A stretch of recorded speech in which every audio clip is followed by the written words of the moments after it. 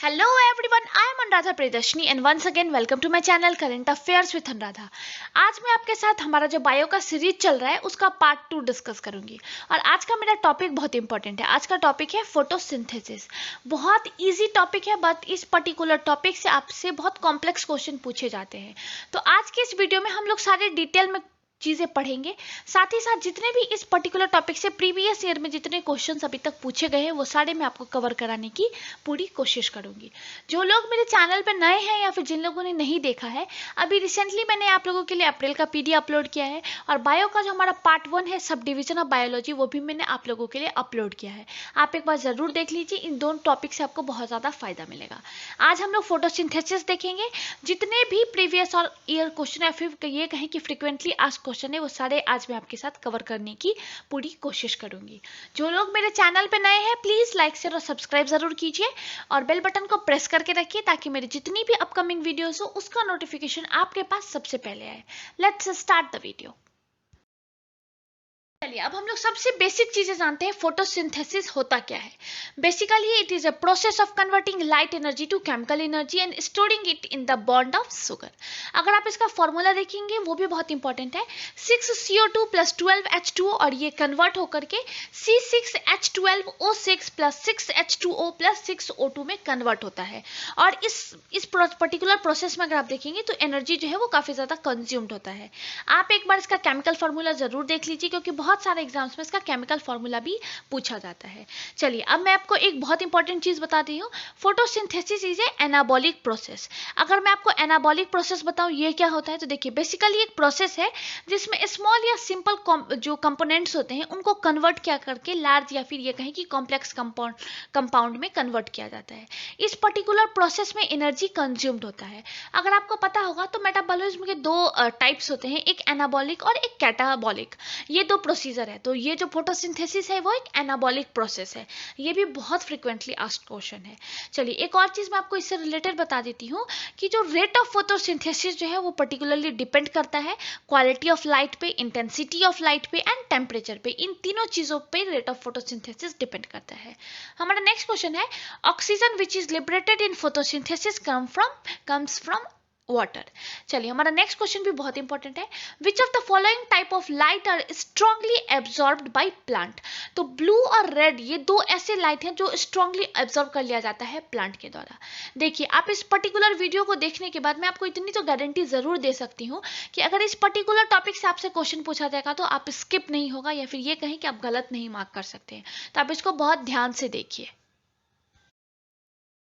चलिए हमारा next question बहुत इंपॉर्टेंट है, most of the oxygen on earth are produced by aquatic plants and algaes. ये जो 90% जो आपको फोटोसिंथेसिस है ना वो आपको सी में होता है, लेकिन sorry done by aquatic plants and algae के द्वारा होता है। और इन 90% में 85% जो फोटोसिंथेसिस है वो आपको सी में होता है और रेस्ट जो 5% का फोटोसिंथेसिस है वो आपको रिवर या फिर पाउंड में होता है। यहाँ मैं आपको एक और इंपॉर्टेंट पॉइंट बता देती हूँ कि देखिए फोटोसिंथेसिस के प्रोसेस में जो ऑक्सीजन रिलीज होता है, बहुत सारे एग्जाम से पूछा जाता है क्या ये ऑक्सीजन वाटर से रिलीज होता है या फिर कार्बन डाइऑक्साइड से रिलीज होता है। तो यहाँ जो ऑक्सीजन रिलीज होगा इस केमिकल प्रोसेस में वो आपको वाटर से रिलीज होता है, वाटर से कम्स फ्रॉम वाटर ऐसा कहा जाता है। चलिए हमारा नेक्स्ट क्वेश्चन है, process by which plant produce their food is called photosynthesis. Photosynthesis occurs in chloroplast. चलिए इसके बाद अगर मैं आपको बताऊं तो normally plant utilize day light in photosynthesis but marine algae also use moon lights. इसलिए कहा जाता है कि फोटोसिंथेसिस का जो प्रोसेस है वो डे और नाइट का प्रोसेस है। हमारा नेक्स्ट क्वेश्चन है, most active light for photosynthesis is red light. Artificial light can also bring about photosynthesis. हमारा नेक्स्ट पॉइंट बहुत इंपॉर्टेंट है, photosynthesis takes place in leaves have chloroplast, roots does not have chloroplast, so photosynthesis in root is not possible. ये question बहुत जगह पूछा गया है कि क्या रूट्स में फोटोसिंथेसिस हो सकता है, नहीं हो सकता है। लीव्स में इसलिए हो सकता है क्योंकि लीव्स में क्लोरोप्लास्ट होता है, इस वजह से वो इसका जो सेल स्ट्रक्चर है वो इसको फूड बनाने, प्लांट्स के लिए फूड बनाने में फोटोसिंथेसिस के प्रोसीजर के लिए बहुत इजी होता है।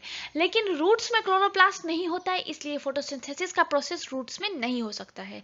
ये बहुत फ्रिक्वेंटली आज क्वेश्चन है, बहुत बार एग्जाम्स में पूछा गया है। चलिए हमारा नेक्स्ट पॉइंट है, phloem in plant is mainly responsible for transportation of food. वहीं अगर आप जाइलम देख लेंगे प्लांट में, तो is mainly responsible for transportation of water. Phloem and xylem are transportation tissues इनको कहा जाता है। फोटोसिंथेसिस में इनका मेजर रोल होता है। अगर आप फाइलम देखेंगे तो इसको बास्ट टिश्यू भी कहा जाता है। हमारा नेक्स्ट पॉइंट है, chlorella is a single celled green algae belonging to the class of Chlorophyceae. It is believed to be capable in serving as a potential food and energy source. It is highly efficient in converting solar energy into chemical energy. हमारा next question बहुत important है, 2011 के IAS में पूछा गया है। ये question है आपको, when the bark of a tree is removed in circular fashion all around near its bit, it gradually dies up or dies. तो इसका रीजन क्या है इसके डाइज का? तो देखिए इसका बिगेस्ट रीजन आपको मैं बता देती हूँ। आपको पता है कि किसी भी ट्रीज में दो ट्रांसपोर्टेशन टिश्यूज होते हैं, फाइलम एंड जाइलम। अगर बार्क ऑफ द टिश्यू को सर्कुलर मोशन में कट कर दिया जाएगा near the base of its stem, तो फ्लो ऑफ न्यूट्रिशन जो होता है टुवर्ड्स द रूट वो स्टॉप हो जाएगा, क्योंकि फाइलम जो होता है which is transportation tissue for photosynthesis is absent. इस वजह से यहाँ पे क्या होगा, रूट्स में क्या हो जाएगा, रूट ऑफ द प्लांट में यहाँ पे कोई एनर्जी नहीं आएगा, तो ऑटोमेटिकली जब एनर्जी यहाँ प्लांट को नहीं मिलेगा तो ऑटोमेटिकली डाइज हो जाएगा, तो वो प्लांट जो या तो सूख जाएगा या फिर पूरी तरीके से मर जाएगा। तो ये इस क्वेश्चन का मतलब है, बहुत इंपॉर्टेंट है, बहुत सिंपल है और बहुत इंपॉर्टेंट भी है।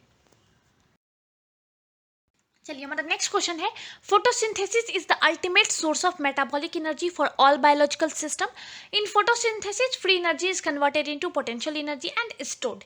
ये क्वेश्चन भी 2014 के IAS में पूछा गया था। चलिए हमारा नेक्स्ट क्वेश्चन है, which of the following has maximum efficiency to convert solar energy into chemical energy. तो क्लोरेरा जो होता है इसका मैक्सिमम कैपेसिटी होता है सोलर एनर्जी को केमिकल एनर्जी में कन्वर्ट करने का। चलिए हमारा नेक्स्ट क्वेश्चन है, which of the following is not the work of roots. तो फोटोसिंथेसिस जो है वो रूट का काम नहीं है, क्योंकि मैंने आपको पहले ही बता दिया था कि फोटोसिंथेसिस जो होता है वो रूट का काम नहीं, क्योंकि इसमें क्लोरोप्लास्ट जो है वो प्रेजेंट नहीं होता है। क्लोरोप्लास्ट जो है वो सिर्फ और सिर्फ आपको लीव्स में अवेलेबल होता है। इस वजह से ये जो फोटोसिंथेसिस का प्रॉपर प्रोसीजर है वो आपको लीव्स के द्वारा किया जाता है। वहाँ पे क्लोरोप्लास्ट वहाँ पे अवेलेबल है। ये जो इसका जो सेल स्ट्रक्चर है ना वो फोटोसिंथेसिस के लिए बहुत ज़्यादा एक्यूरेट है, या फिर ये कि बहुत ज़्यादा अप्रोप्रिएट है। इस वजह से फोटोसिंथेसिस जो है वो आपको लीव्स में ही होता है।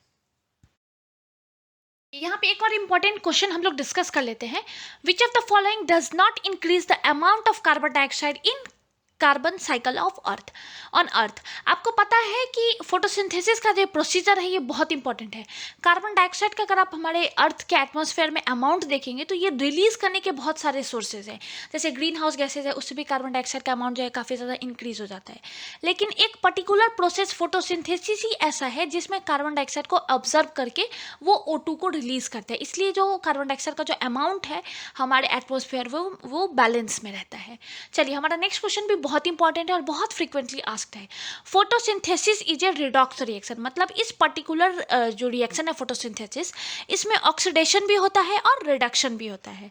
अगर मैं आपको ऑक्सीडेशन रिडक्शन बहुत बेसिक चीज़ें बता देती हूँ। देखिए रिडक्शन क्या होता है, जिसमें गेन ऑफ इलेक्ट्रॉन होता है, वहीं ऑक्सीडेशन एक ऐसा प्रोसीजर है जिसमें लॉस ऑफ इलेक्ट्रॉन होता है।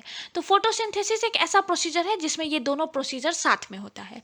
अगर आप देखेंगे तो विच रिएक्टेंट इज बीइंग ऑक्सीडाइज्ड, तो यहाँ पे वाटर जो है वो ऑक्सीडाइज्ड होता है, वाटर ऑक्सीडाइज्ड होकर O2 में कन्वर्ट हो जाता है। अगर आप देखेंगे विच रिएक्टेंट इज बीइंग रिड्यूस्ड, तो CO2 जो है वो कन्वर्ट करके ग्लूकोज में कन्वर्ट हो जाता है। तो यहाँ पे आपको जो रिड्यूस है मतलब यहाँ पे गेन ऑफ इलेक्ट्रॉन्स होता है, वो कार्बन डाइऑक्साइड जो है वो कन्वर्ट करके ग्लूकोज में कन्वर्ट हो जाता है। तो ये बहुत इंपॉर्टेंट चीज़ है। साथ ही साथ एक लास्ट इंपॉर्टेंट पॉइंट मैं आपको बता देती हूँ कि फोटोसिंथेसिस जो है ये एक एनर्गोनिक प्रोसेस है। एनर्गोनिक प्रोसेस कौन सा क्या होता है, इसमें एनर्जी को एब्जॉर्ब किया जाता है। देखिए दो तरीके का प्रोसीजर होता है, एनर्गोनिक और एक्सर्गोनिक। एनर्गोनिक जो प्रोसीजर है उसमें एनर्जी को एब्जॉर्ब किया जाता है, वहीं अगर आप एक्सर्गोनिक प्रोसेस देखेंगे तो एक स्पॉन्टेनियस रिएक्शन होता है, क्योंकि इसमें किसी भी तरीके का एडिशन ऑफ जो एनर्जी होता है उसके विदाउट ये रिएक्शन होता है, जिसको एक्सर्गोनिक रिएक्शन कहा जाता है। देखिए इसको जो फोटोसिंथेसिस का जो प्रोसीजर है इसको एंडरगोनिक कहने के बहुत सारे रीजंस हैं, मैं आपको उसको थोड़ा सा एक्सप्लेन करके बता देती हूँ। इस पर्टिकुलर प्रोसेस में क्या होता है, light is captured by chlorophyll molecules to excite electrons. Light energy यहाँ पे केमिकल एनर्जी में कन्वर्ट होता है।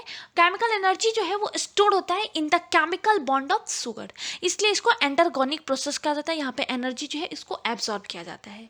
इसी के साथ फोटोसिंथेसिस से जितने इंपॉर्टेंट पॉइंट्स, जितने इंपॉर्टेंट क्वेश्चंस बन रहे थे वो मैंने आपके साथ डिस्कस कर लिया। किसी भी पॉइंट पर अगर आपको कहीं डाउट हो मुझे कमेंट सेक्शन में ज़रूर बताइएगा। और हाँ, साथ ही साथ मैं आपको इस चीज़ की गारंटी ज़रूर देती हूँ कि इस पर्टिकुलर टॉपिक से अगर आपको कोई भी एग्जाम आप दीजिए, अगर आपको इससे क्वेश्चन पूछा जाता है ना, तो आपका स्किप नहीं होगा, आप कंफर्म आप मार्क करके आएंगे, क्योंकि जितने important points exam point of view से बन रहे थे वो मैंने आपके साथ डिस्कस कर लिया। आप एक बार इसका केमिकल फार्मूला ज़रूर देख लीजिएगा, बहुत इंपॉर्टेंट है इसका केमिकल फार्मूला, और बहुत सारे एग्जाम्स में पूछा जाता है। मैं यहाँ पे आपको एक इमेज भी लगा दूंगी जिसमें आपको बहुत क्लियरली दिख जाएगा, आप उसको एक बार ज़रूर ध्यान रखिएगा। जो पॉइंट्स मैंने आपके साथ डिस्कस किया आप उसको रिवाइज कर लीजिएगा, और 100% गारंटी मेरी है कि आपके कोई भी क्वेश्चन स्किप नहीं होंगे। ऐसे ही मैं बायो के डिफरेंट टॉपिक वाइज आपको क्वेश्चंस लेकर के आऊँगी, ताकि ईजी टू लर्न भी हो, बहुत कम टाइम में आप लर्न भी कर सके और मैक्सिमम आप उससे बेनिफिट भी ले सके। मेरी पूरी कोशिश रहेगी कि CDPO का जो एग्ज़ाम है जून में, उससे पहले मैं आपको बहुत सारे टॉपिक्स कवर करा पाऊँ। तो इन सब चीज़ों के लिए मेरे चैनल को लाइक कीजिए, सब्सक्राइब कीजिए एंड शेयर कीजिए। करंट अफेयर्स के टॉपिक्स आते ही रहेंगे, PD मेरे चैनल पे आता ही रहेगा। ये सारी चीज़ें आपको एडिशनल बेनिफिट में दिया जाएगा। जो लोग मेरे चैनल पे नए हैं प्लीज़ लाइक शेयर और सब्सक्राइब ज़रूर कीजिए। बेल बटन को प्रेस करके रखिए ताकि जितने भी मेरे अपकमिंग वीडियोज़ होंगे उसका नोटिफिकेशन आपके पास आते रहे। और हाँ, कोविड बहुत ज़्यादा बढ़ रहा है, 1 लाख केसेस पर डे बढ़ रहे हैं, तो आप अपने और अपने परिवार को सुरक्षित रखिए, मास्क लगाएं, हैंड सैनिटाइज करें, और जितनी भीड़ भाड़ की जगह है जितना ज़्यादा अवॉइड कर सकते हैं अवॉइड कीजिए। इस कोविड के टाइम पे stay at home, stay safe. Thank you.